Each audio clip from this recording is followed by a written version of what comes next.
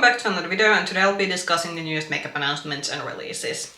Welcome back, and today I'll be discussing some of the newest makeup launches and announcements that have been made in the last week or so. About today's video, I do think we actually have a decent chunk of new releases. It's been quite of a bit, I'd say, busier weeks. Maybe a couple of things I'm interested in, but we will have to see how some of them are going to be available, at least here in Europe, where I'm currently located in. So we shall have to see at which point. And first of something that I'm going to be first touching upon is the new Monolith launch. So I'm going to first discuss a little about the upcoming Monolith launch, and then I'm going to be talking about then the other sort of general makeup releases. But let's start now talking about the newest announcements. Okay, and first, so about the Monolith launch. So Monolith Shop, which is a EU-based indie brand retailer, they do, I believe they actually now do ship internationally to quite many places. So if you want one place where you can buy several indie brands, this is a good place, and especially if you live within European Union, they do a very fast shipping to, I think, most places. It is a bit on the pricier side, and also because of the current geopolitical situation, I am a bit concerned that probably a lot of, especially air freight based shipping is going to be getting very expensive in the upcoming months. But shipping in general, because obviously you need some type of fuel to get goods moving around. So I think if you're someone who's generally ordering currently anything online, you just have to be beware that just like during the pandemic, we are probably going to see more price hikes, not just within the products, but also in shipping cost. But the Monolith launch is going to be happening on the 19th, so it's going to be actually during the week that this video is going to go live. So this is going to go live on Wednesday, so the launch should be on Sunday, and it's going to be 10:30 a.m. and this is CET is the time zone, so check what that means in your time. About this launch in general, I have checked some of the products. I think the most interesting thing is that the Blame Bunny and Jordan Liberty collection expansion is going to be included in that particular launch.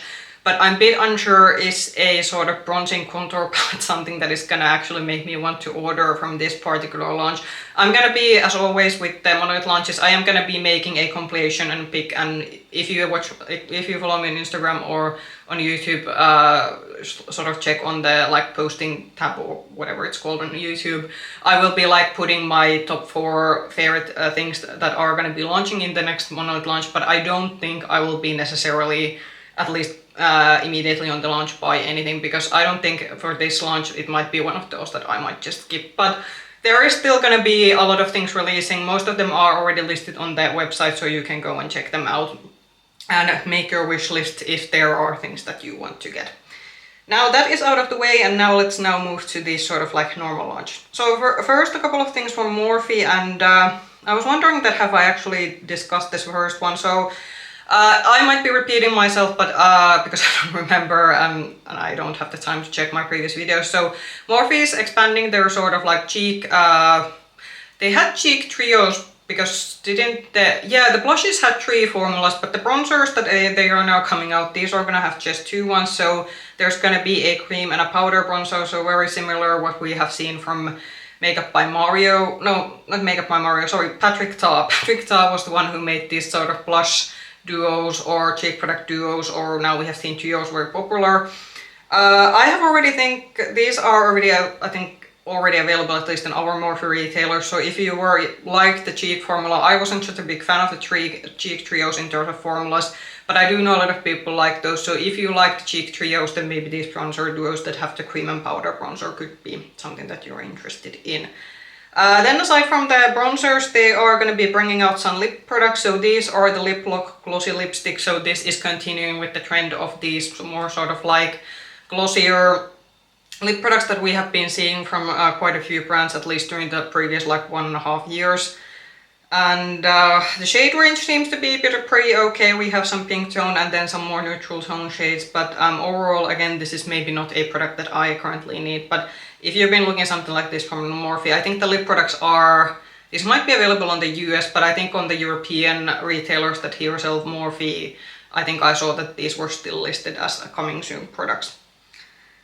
Then a product actually that I am interested in, but this is not a product that is gonna make me shop Natasha Denona on its own. So Natasha Denona is coming out with a HY-GLAM corrector. So this is an expansion to her concealer line. I actually have a pretty good, like, the HY-GLAM concealer. I have actually tried it. It is one of my few high-end concealers that I would actually recommend, and I actually would consider buying again. I'm not a fan of buying expensive base products because I actually use those up, so I have to replenish those quite often, so that is something I don't like to put my money forward to. But I bet that actually the fairest pink shade that you are seeing in the corrector line, this would actually probably be even better than the Cool Tone concealer shade. Cool Tone, I think it's the R2 might be the shade match in the concealer line. That's like almost a perfect concealer shade match. But I think the pink tone corrector might actually work even better for me as a concealer. So I might try this in the future, but I will be trying it as a concealer alone because I think in terms of my skin undertone, this is pretty much like perfection what you're seeing because I am someone who has a cool rosy undertone. So yes, so for someone like me, this could actually work as a concealer, but I do know for a lot of people, if you want especially a brightener rather than a concealer, this could be a good product to get. These are already available. I think I saw these on several, like Natasha Denona's own website, but also like retailers that sell her products, so you can already get these. Urban Decay is jumping on the wagon of lip oils, so these are the long-lasting pH hydrating lip oil stains. Okay, so these are actually also like lips, another kind of lip stain products.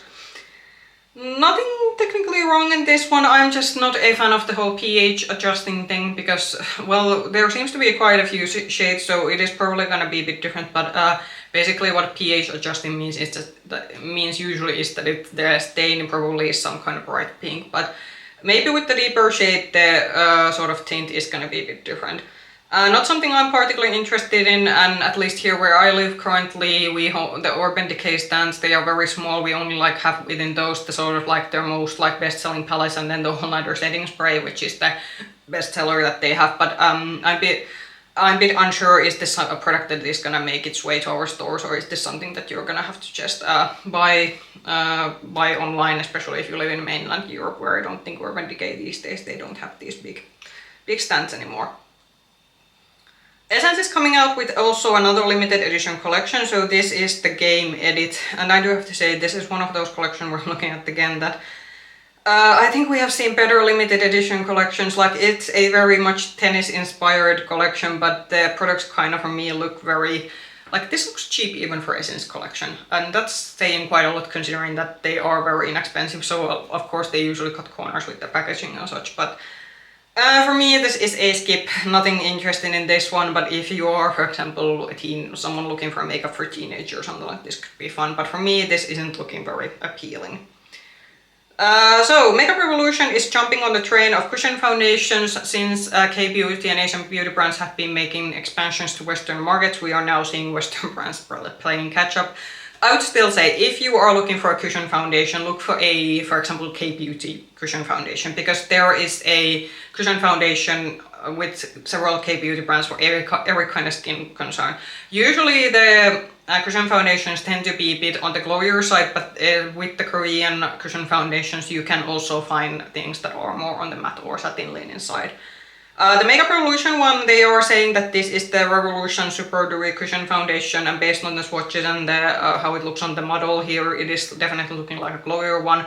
But I do get it that because Makeup Revolution, especially in UK and in a lot of European drugstores, is quite easily accessible, so this could be a more accessible way for some people to try out a cushion foundation. But I'm just saying that there are, I think, very good like K-beauty options, and K-beauty and other Asian beauty brands are actually known for doing this kind of cushion foundation product, so maybe look into other options. But if you do want to try this out and you're looking for a duo foundation, this is of course an option. Then we have a new release from VANNGO, unfortunately again, because this is a US Sephora exclusive makeup brand currently.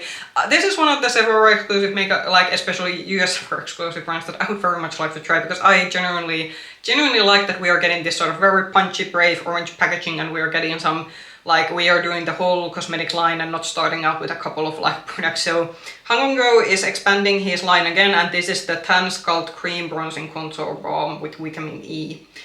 Yeah, I would very much be into trying this one if this would be more accessible to me. Though, because it is more of it says cream bronzing and contouring, but the shades are looking a bit on the maybe brown leaning side, so I would be, yeah, this would definitely be something that I would not order online, because I would very much like to see that is the fair shade, that is it a more bronzing leaning warm shade, or is it actually like a contouring shade meaning it's cool tone? Because at least in the images the two fair shades, they don't look to be too cool tone, because if it's a very orangey bronzer, then that is something that doesn't suit my particular skin undertone. But a more neutral leaning bronzer, that I can get away with. But yeah, a product that I would wish to see in store if I would want to get this one, but unfortunately currently you can only get this in US. But if you have been liking VANNGO's makeup line, this is, I think, going to be available soon. Then to the palette that I am seriously thinking that should I be giving Sigma yet another chance. So big bit of background history with Sigma Beauty and me. Code Rosa palette, still one of my ultimate favorite Sigma palettes. That is why I'm still I have the Denona Bloom palette in my drawers, even though it was a very monotone palette, but because that is the closest thing that I have for the Code Rosa. The original Code Rosa, very beautiful. I actually have very fond memories of the palette, because that was actually the palette that I wore when I got engaged with my husband. That was during the whole pandemic time, and I couldn't, like, obviously I had to do my makeup myself for that event, because you couldn't like order a makeup artist in during that time. But unfortunately with the Code Rosa, even though it was still like has a very special place in my heart, unfortunately there were a couple of shades that made my eyes water, then not just a little bit but quite badly. This doesn't happen a lot with palettes. My eyelids usually can handle these very like even red based pigments quite well, but with that one there were some issues. So the Code Rosa, in terms of like, yeah, there were a couple of shades that irritated my eyes, but in terms of formula, especially back at the time when I got it, I was pretty impressed. I think it was during last year's that I tried was it the Cool Neutrals palette? I think that was what it called. And I tried that one and I was pretty disappointed. I got that on a pretty good order from Notino, which is a European like makeup retailer. And I was pretty excited to get it at a good deal, and I was kind of liking the color combination of having these cool tone and warm tone like neutrals. But unfortunately with that one, I was not vibing with the formula. The shimmer shades were pretty much okay, but especially the mattes, they were very dry in a way that they didn't look too flattering on my eyelids. And I was kind of thinking that since Sigma is a brand that gets a lot of hype, it's also a brand that does do a lot of like influencer. They send out a lot of PR, and a lot of these like bigger makeup influencers receive the PR and they do usually review the palettes. But I would still like to believe that people at least try to be like a little bit honest, that at least to the point where they are saying that if it's like completely trash, they would at least say it's trash. But that is of course with influencer culture, that's another conversation how much you can trust the influencers who do get stuff on PR. But I'm not saying that everyone who gets PR are dishonest. That's also not something that I'm claiming here. But I wasn't a fan of the Sigma formula and the Cool Neutrals at that time. I think it was like their second newest bigger palette, because last year they did come out with a very big like neutral palette.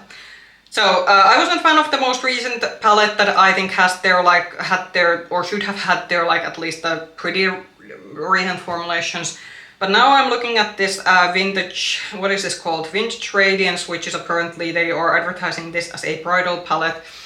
And I'm kind of looking at this thinking that, yeah, that looks something I would like. Like there's a bit of neutrals there, you have some like reddish pinkish leaning stuff over there. It's like a neutral palette made for my taste. So I have no idea when is this launching. So on Sigma's website this is going to be live on the 16th of April, so that should be a few days away, or yeah, I think a day after this video is planned to go live. So, and that's the US launch date, so it's probably gonna take some time for it to make it to European retailers. But yeah, I'm putting a maybe on this one just because, as I said, I wasn't a fan of the Cool Neutrals formula, but this is looking very appealing and Sigma's pricing is also pretty decent. So yeah, we shall see what happens. But I like this color story, and I get the bridal theme. This probably would make a good like bridal palette, considering what the color story is in this one. But yeah, let's see when it's gonna make it to the European market, and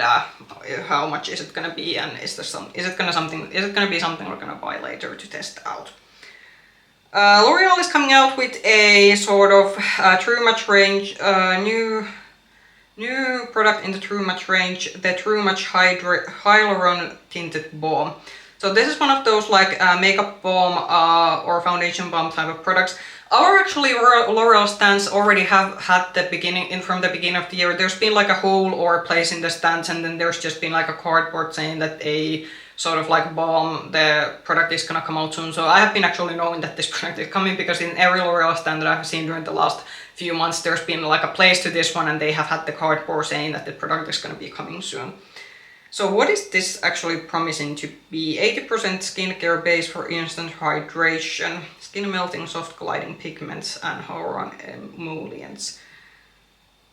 I'm a bit on the 50-60 side that is it already like going to be too like hydrating, because I have a combo dry skin these days, but if it's like a very radiant foundation then it's gonna be an oil, still gonna be an oil slick on me. So I think I would like to swatch this maybe in store to actually see, because some of these Balm products, they can be this very emollient and slippery formula, which means on some skin types they are not gonna be your best friend. But if it's like moderately dewy, then it could be something that I would be into.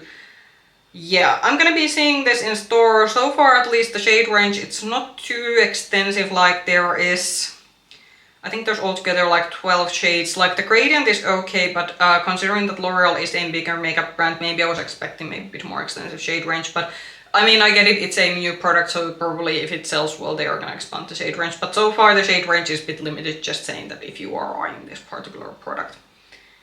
So from Sydney Grace, we actually we are having a second palette release. So I'm not seeing the name of this one, but I'm gonna pop it in the timestamp, and also the font in front of the palette is not making this easy to read. So this is a very basic looking brown palette. I get it for the Sydney Grace customer, this could actually be perfect considering that they do this more like indie makeup, but maybe more in the sort of like everyday makeup kind of way. But this is very like, even for a brown tone palette, this is looking a bit monotone. So safe to say this is not my cup of tea, but if you have been wanting this kind of very like on brown, on the nose eyeshadow palette from Sydney Grace, this is also apparently something that is going to be launching very soon. So Nabla is coming out with a spring-summer collection, and what I do like about Nabla is that they do these very small curated collections, and in this one again there's only like a couple of products, but I do like it, it's a more smaller one. So there are gonna be two mascaras. I think one of them is a navy blue and the other one is a brown mascara. Colored mascaras are still very much making their way into the makeup market. And then we are getting two of these sort of like palettes. So you can buy these palettes and shades also individually on their website, but within this they also do this collection where they curate the shades. I do have to say the multichrome shades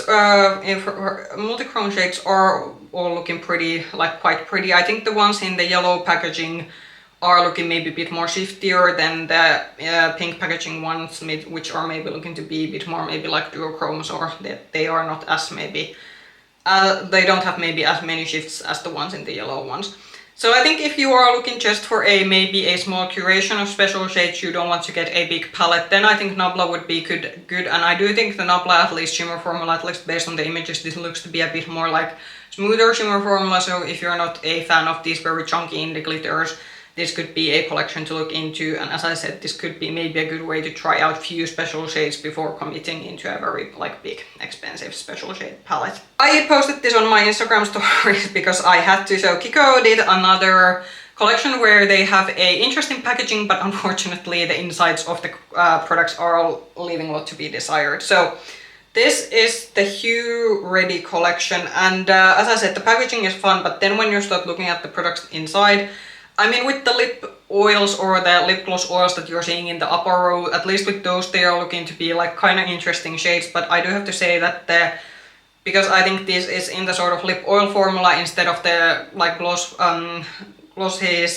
then I think that the shades aren't going to be too opaque. So I think if you are thinking that you're going to get fun lime green or purple lips with the glosses, you might be a bit disappointed, because this is more of a lip oil formula, meaning that it isn't as opaque. Then they do have there are these sort of like shimmer eyeshadows. These are eyeshadows that if you want more impact to them, you can wet them. But I'm actually looking at the shades and I was thinking that, okay, like two of them look to be a bit on the duochrome side, so the deep blue one and one of the pink shades. But otherwise these aren't looking to be like any like that special in terms of like, well, at least what you would expect based on the packaging. Then the rest of the products I think are pretty like basic. We get a couple of, I think those are either bronzers or highlighters. You get some blush sticks, and then there are some lip products. But Otherwise, yeah, I was kind of like hoping that I was expecting more maybe fun eyeshadows, maybe more fun blush shades, because when you look at the stick blush shades, those are pretty traditional, like reddish leaning blush shades. With the lip shades also pretty, like I think something we have seen from Kiko previously. So while the packaging is fun, I do have to say unfortunately that in terms of these products, leave, as I said, they leave a lot to be desired. So Kryptein Cosmetics is coming out with a new Supernova palette. I did not check that is this gonna be actually something that is gonna make it to the April Monolith launch, or is it actually gonna come out in May. But this is apparently $72 US. So for Kryptein Cosmetics, that is actually a bit pricier than previously, but I'm wondering that is it so because this is actually bigger, because usually Kryptein, they have come out with these rectangular palettes, but this is actually a bigger one, so I assume that is also why it's a bit pricier. I do think for a spring release it is a bit on the like grungier side, so for me it's not something that I'm interested in because this goes quite deep, but if you are interested in a more sort of grungier indie eyeshadow palette that has special shimmers in it, then this could be something to look into, but for me this is a skip. And then a brand that I haven't heard anything from a long time, but apparently there's been a good reason.